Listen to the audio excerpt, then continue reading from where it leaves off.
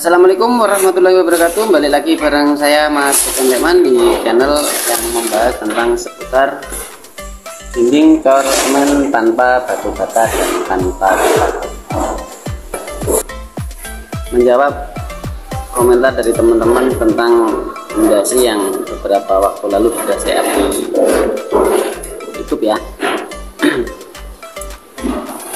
Itu fondasi yang kita buat di atas tanah tanpa gali, menggunakan sebuah teknik sub gantung, tetapi masih banyak yang belum paham dan menanyakan tentang kekuatan. Bahkan ada yang berkomentar dengan teknik tersebut tidak standar dengan ilmu teknik sipil.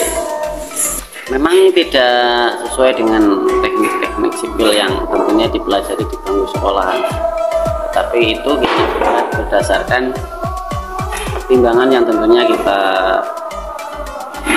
tidak kurangi.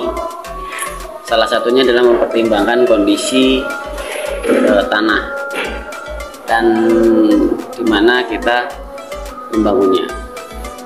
Kalau untuk lahan-lahan yang lapang dan belum ada banyak bangunan di situ atau kita bangunan tunggal, maka kita harus menggunakan teknik slop gantung berbatu atau ditambah dengan cakar ayam. Akan tetapi kalau kondisinya banyak rumah, ya kita cukup membuat tapakan saja tanpa cakar ayam juga tidak masalah, kecuali bangunannya 2 lantai. Kalau cuma 1 lantai nggak masalah. Jadi kalau yang berkomentar apakah tidak di-share kalau misalnya banjir, ya tentunya tidak lah, kecuali bangunannya satu terus terjadi banjir, air deras tanpa ada hambatan lain kecuali rumah kita yang mungkin bisa bergeser ya. Tapi saya rasa kalau banjirnya cuma banjir kisaran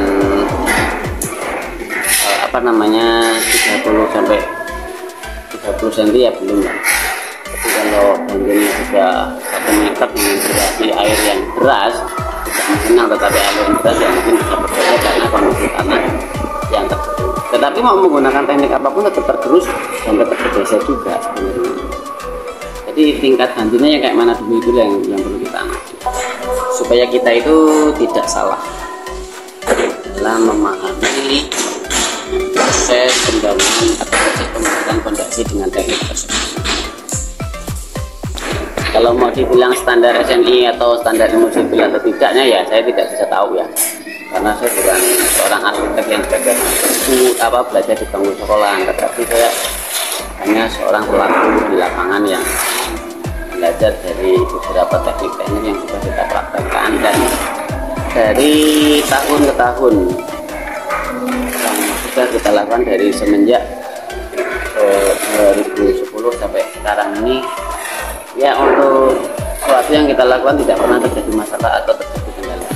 Dari tahun 2010 sampai sekarang ya tidak ada kendala lah intinya begitu. Jadi semua itu tergantung bagaimana kita melakukan atau teknik yang kita lakukan itu seperti apa. Di fondasi slop gantung, batu kali, batu bata atau apapun jenis fondasinya itu semuanya butuh teknik dasar, yaitu tentang pemahaman lokasi serta kondisi tanah di sekitar kita.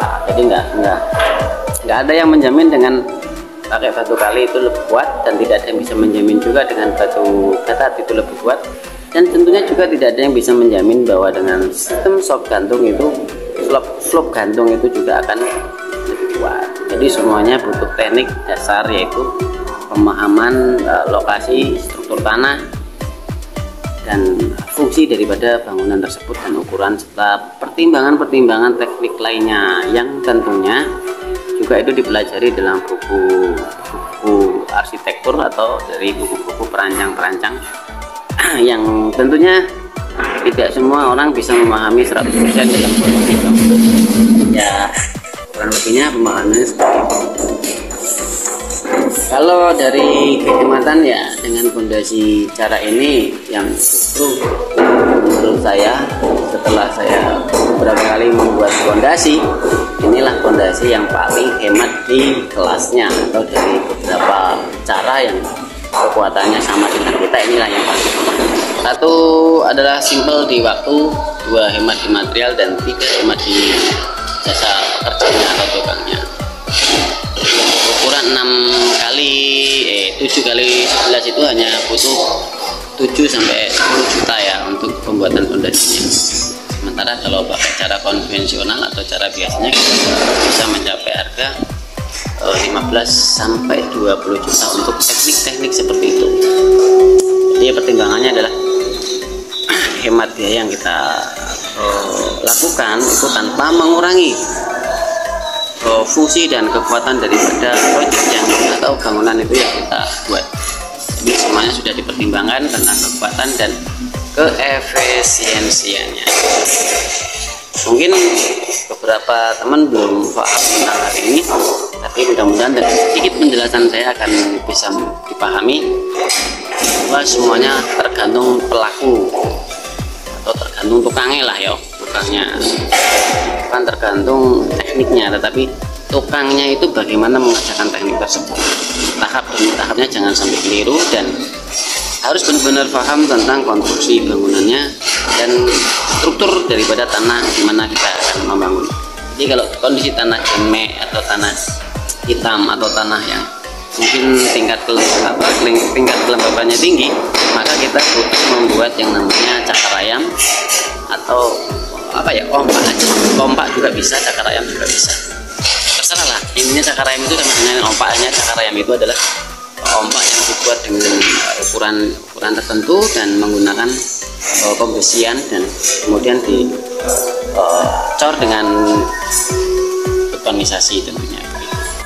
Jadi mudah-mudahan dengan penjelasan singkat ini bisa dipahami.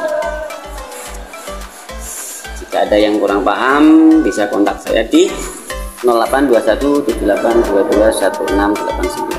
Masih sama saya. Terima kasih sudah nonton video saya. Mudah-mudahan dapat dipahami. Saya akhiri. Wassalamualaikum warahmatullahi wabarakatuh.